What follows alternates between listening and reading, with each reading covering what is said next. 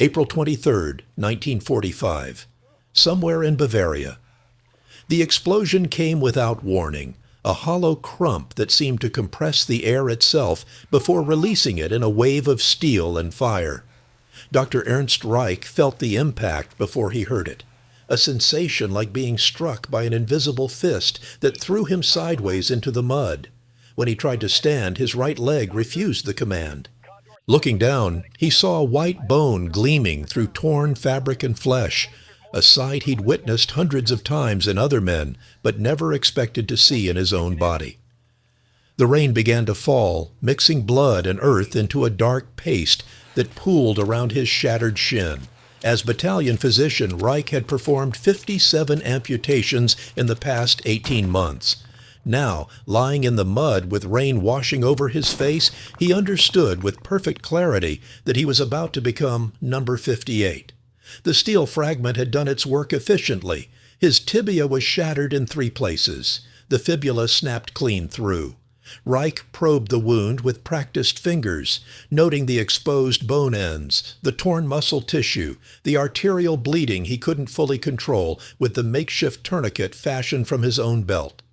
In field conditions with limited supplies and the constant threat of infection, the standard protocol was clear: amputation within 24 hours. He'd written that very order countless times, each stroke of his pen sealing another soldier's fate. The irony wasn't lost on him as he lay there watching American soldiers emerge from the tree line, their weapons lowered but ready, their faces young and uncertain behind the mud and exhaustion. Reich had served as head of the battalion medical station since 1942, responsible for the health and survival of 800 men. His medical training had been rigorous, completed at the University of Berlin in 1938, followed by immediate conscription and rapid education in the brutal efficiency of battlefield medicine. The Eastern Front had taught him to work quickly, to make decisions that balanced medical idealism against terrible practicality. How many times had he explained to a conscious soldier that the leg had to go, that infection would spread faster than any treatment could stop it, that amputation meant survival, and survival meant returning home, even diminished. The American medic who reached him first looked barely 20 years old, his hands steady despite the exhaustion evident in his eyes. "Doctor," the medic said, pointing to the Red Cross armband still visible beneath the mud on Reich's uniform. Not a question, an observation. The young man's German was atrocious, barely comprehensible, but his actions spoke clearly enough. A morphine injection administered with practiced efficiency, careful examination of the wound, radio communication with someone further back, speaking in rapid English that Reich couldn't follow. The pain was extraordinary now, radiating up from his leg in waves that made his vision blur and his stomach heave. What happened next defied every expectation Reich had constructed during 6 years of war. Within 3 hours, he was in an American field hospital, not a collection point where prisoners waited days for minimal treatment, not a makeshift aid station where German doctors worked without supplies under American supervision. A full field hospital complete with surgical tents, X-ray equipment, blood plasma reserves, and surgical teams working under bright electric lights powered by generators that hummed steadily in the background. The contrast was so stark, so incomprehensible, that Reich initially assumed he was hallucinating from blood loss and morphine. "We're going to save that leg, doctor," an American surgeon told him through a translator. The surgeon's name was Captain James Morrison, a man of perhaps 35, with hands that moved with absolute confidence as he examined the X-rays. "It's going to be complicated. We'll need to use external fixation, metal pins through the bone, a frame to hold everything in position while it heals. You'll be in a cast for months, maybe a year of physical therapy after that, but you'll keep the leg." Reich stared at him. In German military medicine by 1945, such procedures were theoretical luxuries discussed in pre-war textbooks. External fixation devices existed, but they required resources, time, expertise, and above all, the institutional commitment to invest all 3 in a single patient's recovery. For a prisoner of war? Impossible. It had to be impossible. "I'm Wehrmacht," Reich said slowly, trying to make the American understand. A prisoner. You don't need to. Geneva Convention, Morrison interrupted, his translator keeping pace. We treat all wounded the same. Enemy, ally, civilian, doesn't matter. You need surgery, you get surgery. He paused, studying Reich's face. You're a battalion surgeon, right? Then you understand the medicine. This is a complex fracture, but it's salvageable. We've got the equipment, we've got the training, and we've got penicillin. That last one's the real game changer, Doctor. You probably haven't had much access to it. He hadn't. Penicillin existed in German medicine only as rumor and legend, a wonder drug the Allies possessed in quantities that seemed fantastical. The sulfanilamide powder in Reich's own medical kit was effective enough when used immediately, but nothing compared to the antibiotic revolution happening in American medicine. Morrison was right. That alone changed everything about treating compound fractures. The surgery took 4 hours.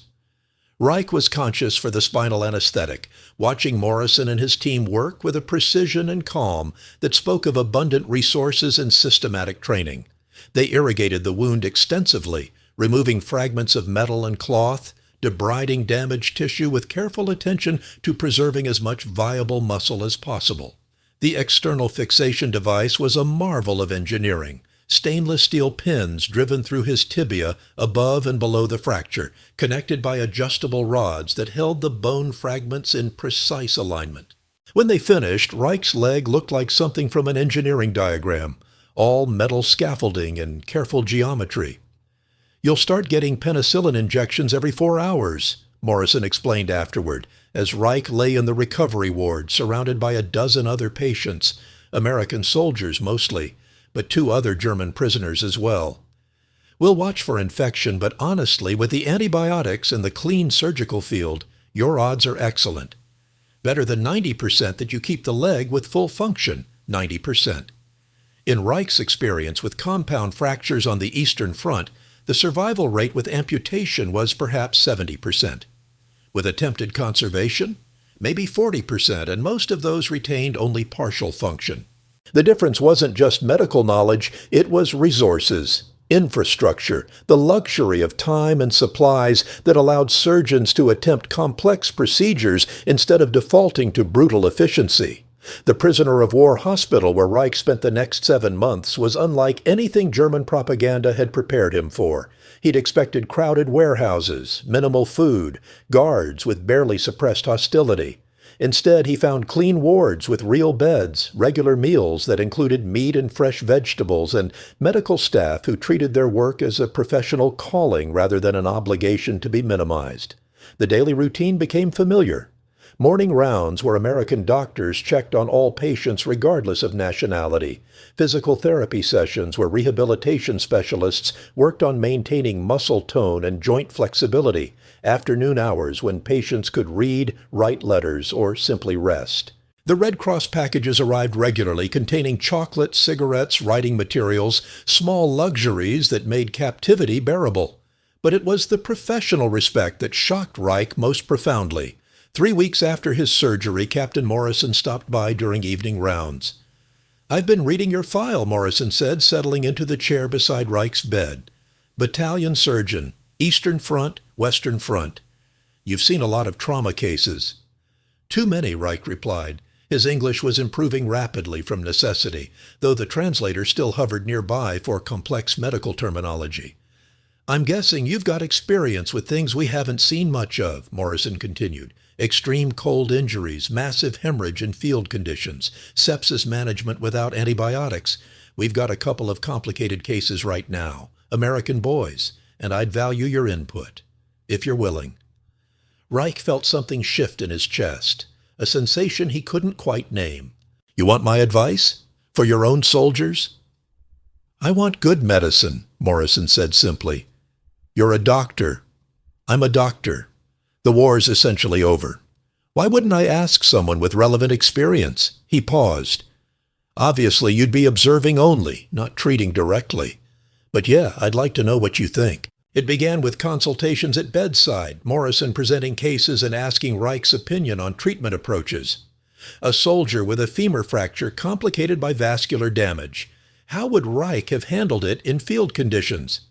A case of gas gangrene in its early stages. What were the earliest signs Reich had learned to recognize?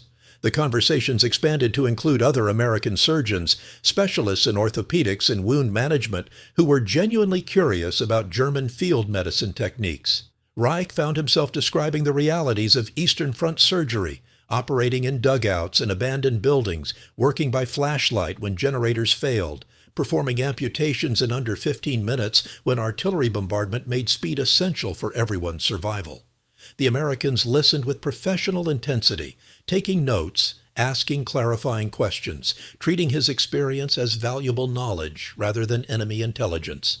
In return, Reich gained access to a world of medical advancement that German propaganda had insisted didn't exist. The Americans demonstrated their antibiotic protocols, not just penicillin but streptomycin for certain infections, understanding of drug resistance, and proper dosing.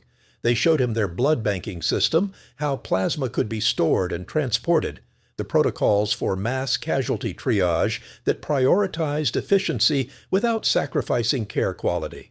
Their anesthesia techniques were more sophisticated, their surgical instruments better designed, their post-operative care more systematic. How much of this was available in Germany? Morrison asked one evening after showing Reich a recent journal article on nerve repair techniques. Before the war? Some of it? During? Reich shook his head. We were isolated, told that German medicine was superior, that foreign advances were exaggerated or irrelevant. By 1943, even basic supplies were scarce. By 45, he gestured at his own leg, still in its elaborate fixation device. We were performing amputations that might have been preventable, not because of skill, but because of resources.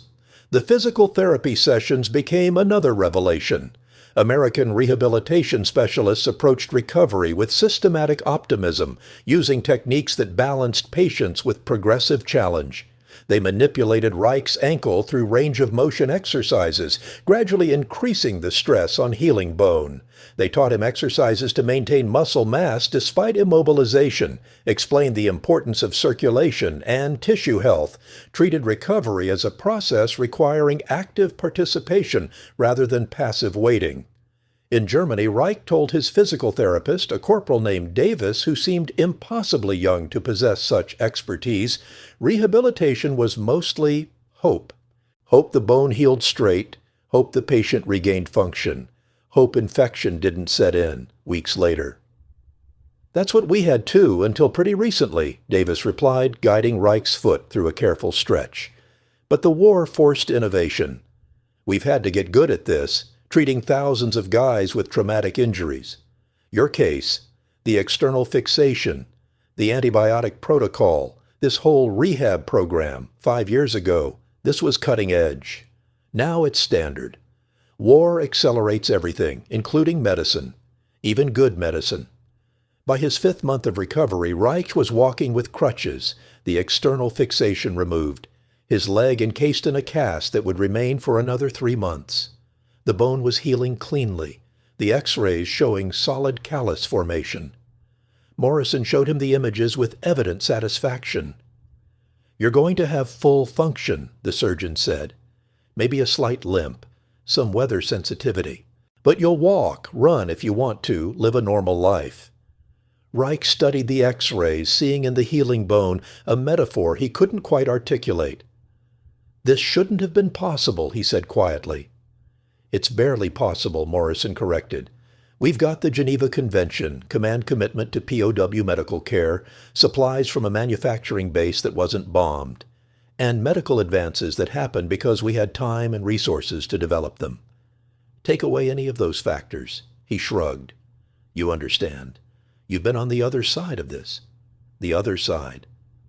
Reich thought about the Eastern Front, about medical decisions made under conditions of impossible scarcity.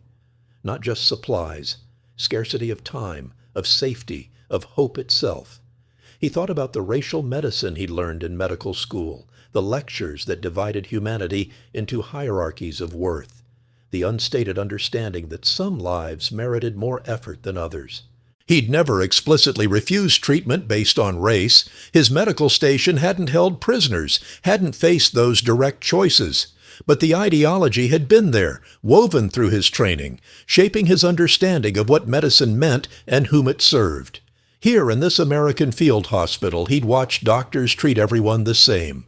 German prisoners received the same medications, the same surgical care, the same rehabilitation as American soldiers.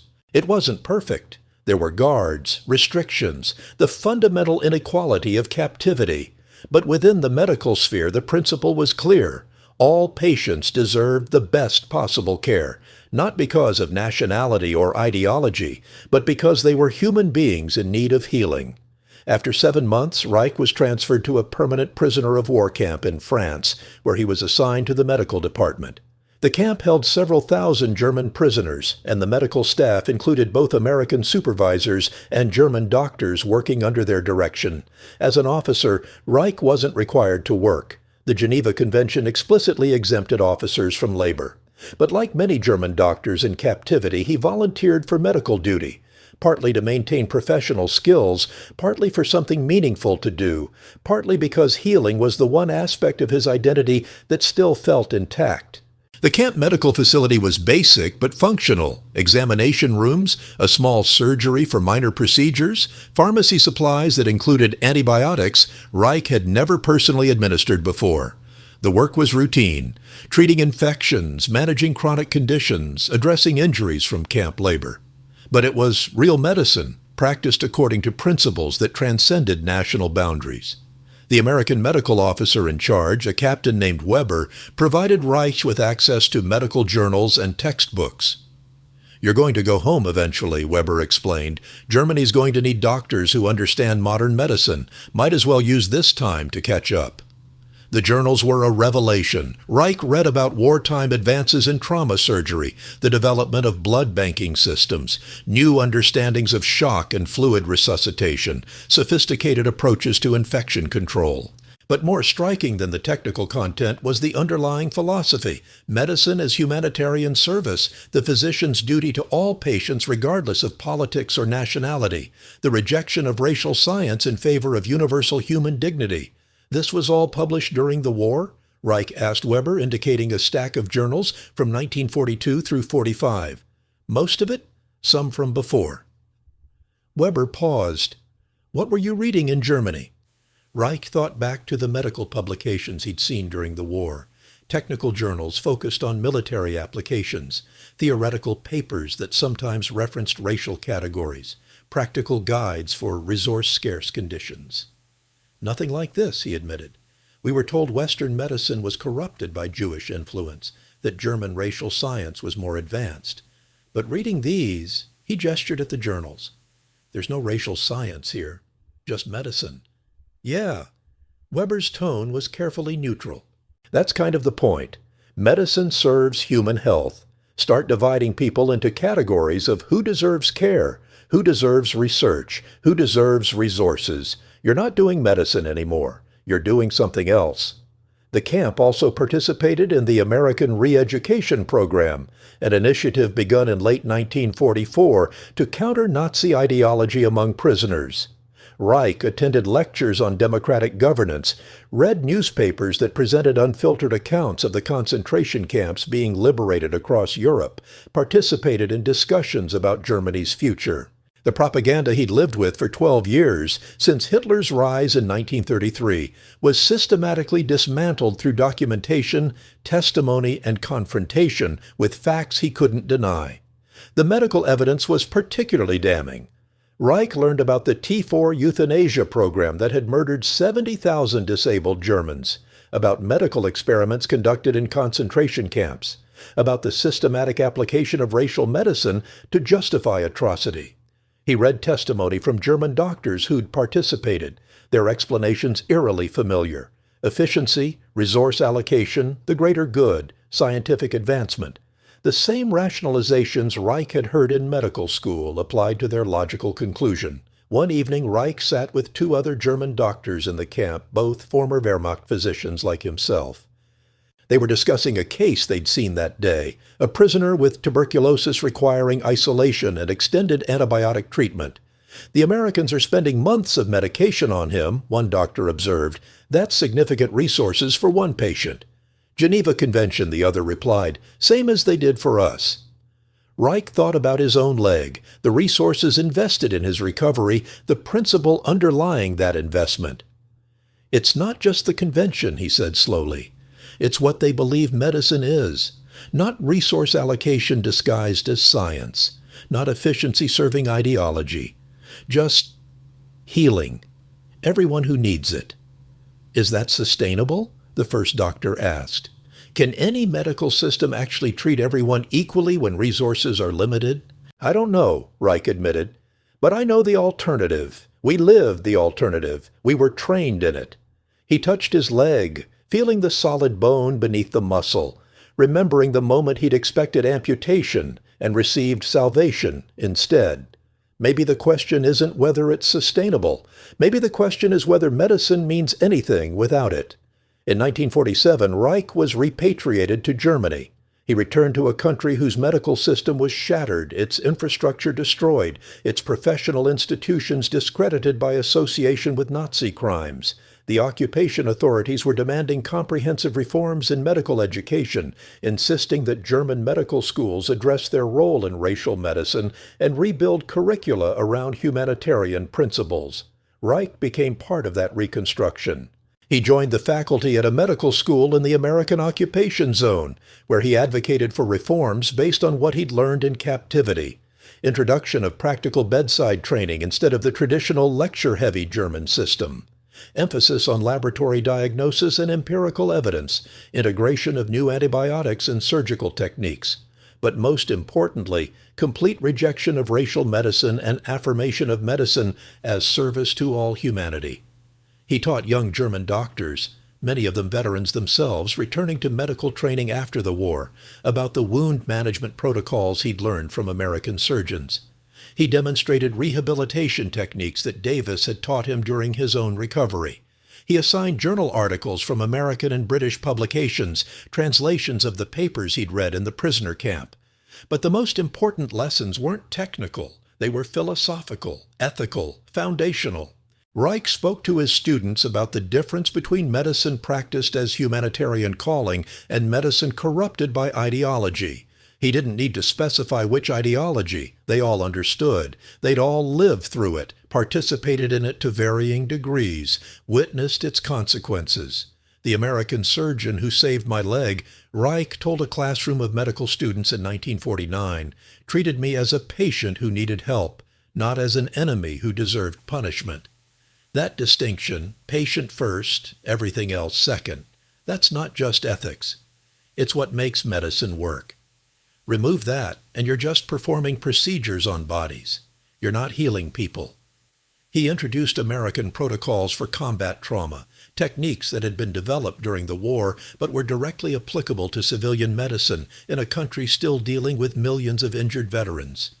External fixation for complex fractures, systematic antibiotic prophylaxis, blood banking and transfusion protocols, physical therapy as integral component of recovery rather than optional aftercare. These weren't available to us during the war, Reich explained, partly because of isolation, partly because of resource scarcity, partly because our medical culture prioritized efficiency over patient outcomes. You're learning them now because you're going to treat patients who deserve better than what we could provide before. West German medicine, in the late 1940s and early 1950s, underwent transformation that was both technical and ethical. New antibiotics became available. Surgical techniques evolved. Medical education reformed. But underlying all the technical progress was a fundamental rethinking of medicine's purpose, rejecting the racial science that had corrupted German medicine since the 1930s and affirming universal humanitarian principles. Reich's own leg served as tangible reminder of what modern medicine could achieve when practiced according to those principles. By 1950, he walked with only the slightest limp, weather sensitivity, Morrison had predicted, but nothing more. He could stand through long surgical procedures, walk hospital rounds, live normally, all because an American surgeon had treated an enemy patient according to professional duty rather than political ideology. In 1952, Reich attended an international medical conference in Switzerland. the first time German doctors had been welcomed at such gatherings since the war. Captain Morrison was there, now a civilian surgeon at a hospital in Chicago. They recognized each other across the conference hall. That momentary confusion when a face is familiar, but the context is wrong, followed by sudden recognition. Dr. Reich. Morrison extended his hand, smiling. How's the leg? Perfect, Reich replied, gripping Morrison's hand firmly. No pain, full function. You did excellent work. We did excellent work, Morrison corrected. I just had the equipment and the penicillin. You had the constitution to heal. He paused, studying Reich's face. I heard you're teaching now. Medical school in Frankfurt? Heidelberg, focusing on trauma surgery and medical ethics. Reich hesitated, then continued. I tell my students about you, about the medicine I learned as a prisoner, about what it means to treat patients as human beings first. Morrison nodded slowly. That's worth more than any technical skill I could have taught you. Medicine isn't about politics or nationality. It's about healing. Period. He smiled again, though I have to admit I'm pretty proud of that external fixation. That was a challenging case. They talked for an hour, comparing techniques, discussing cases, sharing what they'd learned in the 7 years since the war ended. The conversation was comfortable, collegial, two professionals discussing their craft without reference to the conflict that had brought them together. As they parted, Morrison said, I've always wondered, did you expect us to amputate? Absolutely, Reich replied without hesitation. I'd performed dozens of similar procedures myself. Given the resources I thought you'd have, given that I was a prisoner, given everything I knew about field medicine, amputation was the only logical outcome. But we didn't, Morrison said quietly, because we had resources you didn't expect, and principles you didn't predict, and a medical system that worked differently than what you'd experienced. Sometimes the best medicine happens when you refuse to accept logical limitations. Reich thought about that conversation often in the years that followed. He taught at Heidelberg for 23 years, trained hundreds of doctors, contributed to the reconstruction of German medicine as humanitarian profession rather than ideological instrument. He published papers on trauma surgery, served on ethics committees, advocated for patient rights and professional standards that transcended national boundaries. His leg, the leg that should have been lost on a muddy battlefield in Bavaria, carried him through all of it. When he walked hospital corridors, when he stood beside surgical tables, when he demonstrated examination techniques to students. That leg was reminder of the moment his expectations had been shattered by reality, the moment an American surgeon had treated an enemy patient with the same care he'd give his own wounded soldiers, simply because that's what medicine demanded.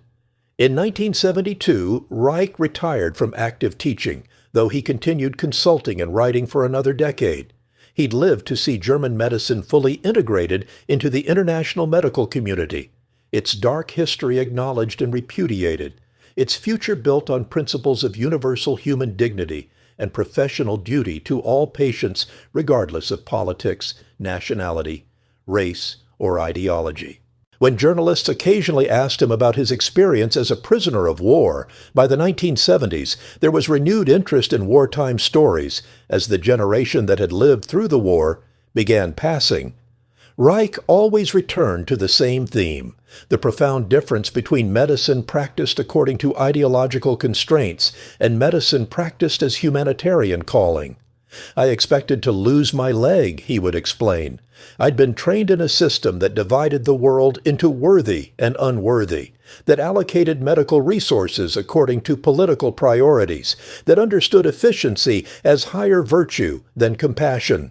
The Americans operated from entirely different principles. They saved my leg not because I deserved it, not because it served some strategic purpose, but simply because they could, and because their professional ethics demanded it. That's not just good medicine. That's what medicine is supposed to be. He died in 1988, 43 years after that muddy April day when steel fragment had shattered his shin and American soldiers had emerged from the tree line. His students, many of them leaders in German medicine by then, remembered him as teacher who'd helped rebuild medical ethics on humanitarian foundations, who'd insisted that medicine served all humanity without exception, who demonstrated through both teaching and personal example what it meant to practice healing as universal calling. The leg remained strong to the end, testimony to surgical skill, antibiotic therapy, systematic rehabilitation, and above all, the principle that all patients deserve the best possible care simply because they are human beings in need of healing. That principle, demonstrated concretely in a field hospital in 1945, taught systematically in medical schools for decades afterward, embedded in the ethical foundation of post-war German medicine that was Captain Morrison's true legacy, and Dr. Reich's as well. Medicine that recognizes no enemies, only patients, only human beings, only the universal calling to heal.